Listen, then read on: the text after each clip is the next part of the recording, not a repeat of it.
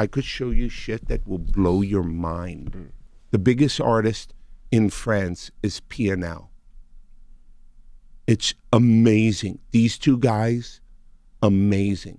Cette interview est tirée de Breakfast Club et la personne qui fait l'éloge de PNL s'appelle Lyor Cohen, un gros dirigeant de l'industrie musicale qui a été directeur chez Def Jam Records, Warner Music. Il a également fondé le label 300 Entertainment qui a vu passer dans ses rangs Migos ou encore Young Thug. Et actuellement, il est le directeur monde de YouTube Music, ainsi que le chargé de développement chez Iconic. Ok, je déconne. Peut-être que sur cette partie, je t'ai mytho. Mais bon, voilà, j'ai déjà rencontré le bonhomme, donc tu vois. Bon, bref. Yo tout le monde, ici c'est Chris d'Iconic et vous regardez le 62e épisode du Lifestyle Decoder. À ma connaissance, ce n'était jamais arrivé qu'un directeur outre-Atlantique se soit autant émerveillé devant un groupe de rap français. Et pourtant, ça a été le cas avec PNL. Il faut dire que sur YouTube, ils ont été les premiers en tendance en France, en Belgique, au Canada, en Suisse, au Maroc, en 2e place en Algérie et en 6e place en Allemagne et à la 9e place en Espagne. Et dans cette vidéo, je vais t'expliquer comment justement PNL a réussi à étendre son impact en dehors de la France grâce à sa musique et à son esthétique. Donc sans plus attendre, on y va. Lorsqu'on parle de la musique de PNL, les premiers mots qui nous viennent en tête sont cloud rap. Alors le cloud rap, qu'est-ce que c'est? C'est l'un des sous-genres du rap qui se caractérise par une instru qui est assez aérienne et lente, qui est souvent accompagnée d'une voix autotunée. Bon, jusque-là, je t'apprends rien. Mais il y a 3 ans, tu m'aurais demandé qu'est-ce que c'est du cloud rap? Je t'aurais dit tout simplement la musique de Clams Casino. Clams Casino, c'est un beatmaker que l'on peut qualifier comme étant l'inventeur du cloud rap. Il a produit pour A$AP Rocky, pour Lil B, Mac Miller ou encore Soulja Boy. Le processus de création musicale de Clams Casino est assez particulier et digne d'un vrai millennials. En fait, il téléchargeait des morceaux au hasard grâce à LimeWire en tapant des mots un petit peu au hasard comme bleu, ciel et en fait, selon les résultats, il récupérait des morceaux au hasard qu'il ne connaissait pas et il s'en servait comme sample en fait. C'était très expérimental et très hasardeux. Petit à petit, il a commencé à créer sa propre signature musicale et les premiers artistes avec lesquels il a travaillé étaient notamment Lil B. Les rappeurs avec lesquels il a travaillé ont beaucoup aidé à réaliser tout l'aspect esthétique de ce style de musique. C'est-à-dire à base de filtres violets, les références à la culture trap et internet. Lil B est le premier artiste cloud rap, il a influencé beaucoup d'autres artistes du genre, notamment en Europe, avec le suédois Yung Lean ou encore l'allemand El Gouni. Donc comme je te l'expliquais plus tôt, le cloud rap est né un petit peu de façon anarchique et c'est très bien diffusé grâce aux réseaux sociaux, notamment avec Tumblr. Donc c'est très difficile d'y mettre des barrières, d'y mettre une limite et de te dire ok, ça c'est du cloud rap, ça en est pas. Et il y avait aussi très peu d'artistes qui ont porté l'étendard de cette musique en se disant ok, je suis un artiste cloud rap. Ils ont tous plus ou moins travaillé avec le producteur ou alors ils ont tous plus ou moins surfé sur cette vague-là, mais ils ont jamais vu ça comme étant leur style musical à eux. A$AP Rocky a laissé tomber ce style musical dès son 2e album. Lil B a fait connaître cette musique, mais il a fait tellement de choses depuis qu'il est difficile de le mettre uniquement dans cette case-là. Et Yung Lean reste un artiste relativement underground encore. Donc on peut dire que le trône était vacant. Et la beauté justement avec PNL, c'est qu'ils ont réussi à s'approprier cette musique pour en faire quelque chose qui leur ressemble aussi bien musicalement qu'esthétiquement. À mon avis, les seuls critères qui mettent PNL dans la case cloud rap, c'est le fait qu'ils chantent avec de l'autotune sur des instrus un petit peu planantes et lentes. Mais sinon, en dehors de ça, ils se sont vraiment réappropriés le genre en fait. Et en ont fait quelque chose qui leur ressemble beaucoup plus. En s'appuyant sur des instrus trouvés sur YouTube, PNL façonne ses sonorités sur des instrus type beats. Notamment avec le morceau Le Monde ou Rien, qui était initialement uploadé sous le nom de Bryson Tiller / The Weeknd Type Beats. Alors oui, tu vas me dire que Bryson Tiller ou The Weeknd, ce n'est pas du cloud rap. Tu as raison, mais c'est ça la beauté avec Internet, c'est que tous ces styles de musique-là n'ont pas vraiment de barrière. Et si tu veux mon avis, PNL fait parfois de la musique qui est très proche des artistes R&B pop actuels. Je pense notamment au morceau 91, sorti dans leur dernier album Deux Frères, où clairement je verrais très bien The Weeknd poser dessus. Quand j'écoute notamment le morceau Can't Feel My Face, je vais pas dire que c'est la même chose, mais disons que c'est un petit peu fait de la même manière. Ça fait très funky, ça fait très années 80-90. Dans ce côté R&B que PNL a, il y a aussi le morceau Port de Mérine qui a été samplé de l'excellent Love and Pain de Jameson, un chanteur R&B et de musique alternative. Excellent artiste au passage. Il y a donc du cloud rap, il y a du R&B, de la pop, et à tout ça, tu peux y ajouter toutes les influences méditerranéennes que l'on retrouve énormément dans le dernier album. Je pense notamment au morceau À l'ammoniaque, avec la guitare typique de cette musique-là. On On retrouve aussi cette guitare dans le morceau La misère est si belle ou encore dans Hasta la vista, qui a en plus de ça clairement des accents latinos en fait. En partant sur un style musical qui peinait à se façonner pour un large public, PNL a su en utiliser les bases pour construire quelque chose d'unique, populaire et écoutable internationalement. Et ça même si tu comprends que dalle. Parce que la vraie force de PNL, c'est que la musicalité est présente quoi qu'il en soit. Attends, l'été arrive et je peux t'assurer que Hasta la vista va tourner partout dans les plages de Barcelone, dans les pubs, etc. Comme je te l'ai dit dans une précédente vidéo, les groupes de rap français ont une énorme influence à l'international. Mais actuellement, PNL est probablement le groupe qui en a le plus. Bien qu'ils se soient approprié le cloud rap, ils n'ont cependant touché aucun des codes esthétiques de cette musique. Du genre montage en patchwork, filtre violet avec des grilles aux dents, verre de ligne à la main gauche, une nana en string à la main droite, bref, tous ces trucs-là, c'est pas pour eux. Non, ils sont restés fidèles à eux-mêmes. Ils se sont servis des clips pour vraiment devenir viral. Et c'est ça que je vais décortiquer ici. Ça fait longtemps que regarder la musique est le meilleur moyen d'exploser quand on est un artiste. YouTube est depuis toujours la première plateforme de streaming musical dans le monde avec 47% des parts de marché. Et quand il s'agit de découvrir de nouveaux artistes, il n'y a pas mieux. Il n'y a qu'à voir ce qui s'est passé les 10 dernières années. Et PNL a su extrêmement bien saisir cette opportunité en imposant une esthétique typiquement française tout en misant sur des clips extrêmement bien réalisés et scénarisés. PNL a 3 grands styles de clips selon moi. Les clips dans la cité où ils s'ambiancent avec la misère comme ils le disent. La misère, c'est donc tous les jeunes avec lesquels ils ont grandi dans leur cité. Je pense notamment au clip Simba. Dans ce genre de clip, tout se passe dans l'énergie de la foule composée d'enfants, d'ados et de plus vieux. Les cadres serrés sur les visages expressifs en slow motion font tout leur effet. Il y a aussi les bras de Nose qu'il faut pas oublier qui hypnotisent tout au long du clip. L'ambiance de ces clips est plus familiale que mafieuse sans pour autant être inoffensive. On sent bien que les mecs derrière peuvent très vite changer de visage si nécessaire. Ce qui rend vraiment original les clips de PNL, c'est que ils ne nous servent pas notre dose habituelle de shock value comme tu peux avoir dans les autres clips qui se passent dans les cités, c'est-à-dire les mecs avec les armes, etc. En mode on va tout niquer, si tu viens chez nous, que t'es pas invité, je vais, tu connais avec cette gestuelle qui vient souvent là. Non, eux c'est pas du tout dans ça qu'ils sont, tu vois. Eux c'est beaucoup plus convivial, voire accueillant. Ensuite il y a les clips aux paysages insolites. Par exemple, Oh là là qui se passe en Islande, La vie est belle en Namibie et bien sûr ODD sur la Tour Eiffel, qui a d'ailleurs choqué tout le monde. Ces paysages sont là pour rappeler l'ambiance qui a inspiré la musique et tout ça est travaillé par les vues en drone et bien sûr les slow motion. Il leur arrive clairement de faire des croisements de styles. Par exemple, Le Monde ou Rien où ils emmènent la misère en balade à Scampia, l'énorme cité napolitaine où a été tournée Gomorrah. Et enfin, il y a les clips cinématographiques dans lesquels des histoires autour de la vie des trafiquants de la cité nous sont racontées. Ces clips-là sont pour moi les meilleurs qu'ils aient réalisés parce qu'ils flirtent avec les fantasmes qu'il y a autour de la cité, c'est-à-dire trafic de drogue, les jeunes, etc.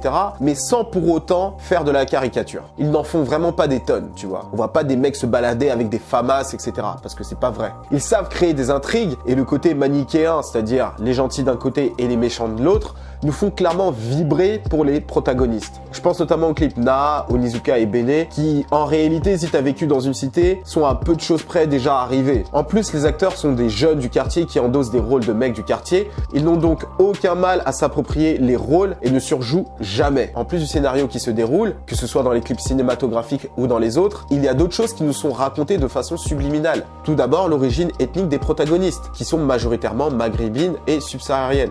Quelqu'un qui ne vit pas en France voit tout de suite le mélange ethnique de nos cités. Ensuite, leur style vestimentaire avec la graine de café, le maillot de foot et le jean Zara, ça nous donne énormément d'informations sur ce qu'ils aiment et c'est des choses qui, avec le temps, auront un vrai potentiel commercial. Regarde ce qui s'est passé avec les survêtements Lacoste. Avant, c'était... Ce sont les voyous qui s'habillent comme ça. 20 ans plus tard, ce sont les petits parisiens que tu vois habillés comme ça et Lacoste bosse avec Moa la Squale. Donc sois pas étonné si dans 20 ans, les cheveux lisses, le survêt PSG, la graine de café et la sacoche deviennent les must-have à avoir dans sa garde-robe, ok? Quand tu regardes les clips de rap ou encore les films américains, je pense notamment à O-Dog dans Menace to Society ou encore Ice Cube dans Boys in the Hood, on sait tout de suite que c'est une gestuelle de mec du hood. Les bras jouent un rôle fort dans la façon de s'exprimer et dans l'inconscient, ça nous influence aussi. D'ailleurs, j'en profite pour rendre hommage à John Singleton, le réalisateur de Boys in the Hood, récemment décédé suite à un accident cardiovasculaire. Et pour revenir à PNL, c'est exactement ce qu'ils sont en train de faire avec la gestuelle, avec le visuel. Et ils influencent vachement grâce à ça et je sais pas s'ils s'en rendent compte. Aussi, on n'entend aucun dialogue. Tout est couvert par la musique. L'image se suffit à elle-même pour qu'on comprenne l'histoire. On l'oublie souvent, mais le principe de l'histoire est quelque chose qui existe depuis la nuit des temps dans toutes les cultures de l'humanité. C'est ce sur quoi se fonde la culture d'un pays, les religions, il n'y a que des histoires. Donc lorsque tu racontes une histoire en enlevant la barrière principale qui est la langue française pour te concentrer sur un visuel fort en caractère, tu peux plus facilement être apprécié par des étrangers. Et c'est exactement ce que PNL a réussi à faire. Et le fait de voir régulièrement les mêmes têtes en tant qu'acteur dans un clip puis figurant dans l'autre, tu finis aussi par t'attacher à l'entourage de PNL. Que la famille. Ils ne font pas que l'affirmer dans leur musique, ils le vivent également. Toutes les personnes que tu vois dans leurs clips, que ce soit les acteurs, les figurants, jusqu'aux réalisateurs, sont des gens de leur quartier ou bien des gens qu'ils estiment. Tout se passe en famille et dans l'indépendance quasi totale, avec pour seule bannière QLF Records, leur label. Ce qui leur permet d'exécuter une vision qui leur est propre et pas celle d'une maison de disques qui leur dirait quoi faire. PNL ne possède qu'un contrat de distribution avec Musicast, c'est-à-dire que le label se charge uniquement de presser les CD et de les mettre en magasin. Aucun mot à dire sur l'aspect créatif et promotionnel. Ils ne sont donc tenus à aucun calendrier et travaillent en complète autarcie. Et c'est justement ça qui les aide à entretenir toujours le mythe autour d'eux. Et travailler le mythe autour d'eux, c'est justement ce qui les aide énormément sur leur promotion. Dans un premier temps, ils ne font aucun featuring et la rumeur dit qu'ils auraient refusé aussi un featuring avec Drake sur le morceau à l'ammoniac. Apparemment, le rappeur canadien voulait remixer le morceau. Il se peut que ce soit une rumeur créée de toutes pièces par une agence qui travaille avec PNL pour faire monter leur buzz, mais admettons que ce soit vrai. Ils n'auraient pas forcément tort. Je m'explique. Drake aime mettre en avant des artistes émergents en lumière en collaborant avec eux sur leurs hits du moment. Je pense notamment à Migos, I Love McConnen ou encore à Lil Baby. Mais il faut dire quand même qu'il leur prend leur jus. Si ces derniers n'arrivent pas à se mettre en avant dans les mois qui suivent la collaboration avec le rappeur canadien, ces derniers vont disparaître et leur hit va devenir ceux de Drake. Lorsque Tuesday, donc le morceau de I Love McConnen est sorti, ça a été un véritable hit et l'artiste est devenu populaire grâce à ça. Drake a participé au remix, en a fait un clip en s'arrangeant toujours de passer en premier, petit filou. Et qu'est-ce que font les DJ lorsqu'ils passent un morceau en soirée? Eh ben, ils vont passer le premier couplet et le refrain. Ça tombe bien, c'est l'artiste le plus populaire qui passe en premier. Et qu'est-ce que le public mainstream va se dire? C'est un nouveau titre de Drake. Et le tour est joué. Et si cette histoire du feat avec PNL est vraie, on peut se dire que PNL a senti le truc venir et a refusé. Ou alors, tout simplement, PNL est allé au bout de sa vision, qui est de ne pas faire de featuring avec des personnes en dehors de leur label. Et pour le coup, on peut dire que PNL, c'est No New Friends pour de vrai, tu vois. En refusant les featuring, les interviews et en sortant de la musique tous les 3 ans. À ça, tu ajoutes le cloud rap qui se sont réappropriés en mettant une esthétique qui leur est propre. Là, on a vraiment quelque chose de particulier. Contrairement à Booba qui va s'approprier les codes américains pour les importer en France, PNL va conserver leur identité de mecs de cité française et pousser les gens à s'intéresser à eux. Et c'est comme ça, par exemple, que Virgil Abloh, le fondateur de Off-White et directeur artistique de Louis Vuitton, va choisir de collaborer avec le duo de Corbeil parce qu'il a quelque chose d'authentique, de nouveau pour eux. Avec cette stratégie que la famille, PNL a réussi à nous convaincre que de travailler avec eux était un véritable privilège. Quelque chose qui est très difficile à exécuter. Tout ça en jouant sur la rareté des apparitions, sur des visuels forts et sur une grosse popularité à l'étranger. ODD est le 30e morceau le plus streamé au monde selon le classement Spotify.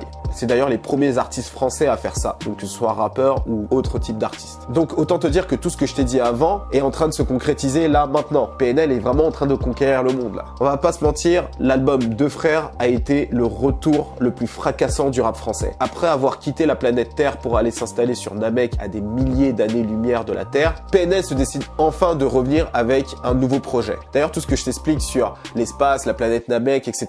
on le voit très bien dans ODD. Le live Instagram représente le voyage dans l'espace des deux frères. Le début du clip ODD avec la traversée des nuages pour atterrir sur la Terre représente le retour sur Terre et donc de leur musique. C'est un petit peu comme des Saiyans quoi. Pour ce qui est de l'album, on peut dire que ça a été un album qui est globalement bon. Alors personnellement, c'est pas l'album que j'ai préféré et j'ai quand même préféré le précédent, mais pour des raisons qui sont purement subjectives, on va dire. Pour faire rapide, l'album Deux Frères est beaucoup plus sérieux et beaucoup plus introspectif. Ils vont parler énormément de leur père, qui en réalité pour moi est le 3e membre de PNL parce qu'il est omniprésent dans tous les morceaux. D'ailleurs même dans les albums précédents, on entend énormément parler du père. On voit bien que c'est un personnage central dans leur vie. Et moi PNL, je préfère le côté on va dire un peu plus délire, tu vois. J'aime beaucoup les grandes phrases un petit peu drôles qu'on répète assez facilement. Je pense par exemple à Oh non mais oh, elle m'a pris pour qui? Pour Roméo. Tu vois, des trucs comme ça où quand il parle du boule de Gilo ou quoi, c'est des trucs comme ça qui m'ont personnellement fait rire. Et c'est ça qui a attiré mon attention beaucoup vers PNL en fait. C'est ce côté un petit peu plus rigolo entre guillemets. plaît, tu vois. On va dire que leur plume était sans prise de tête. Sur ce projet, elle était un peu plus, parce que les sujets étaient beaucoup plus sérieux à mon avis. Et aussi, autre chose qui est très important à noter, c'est que dans les précédents projets, ils avaient vraiment, on va dire, une détermination, une ambition qui était très forte, tu vois.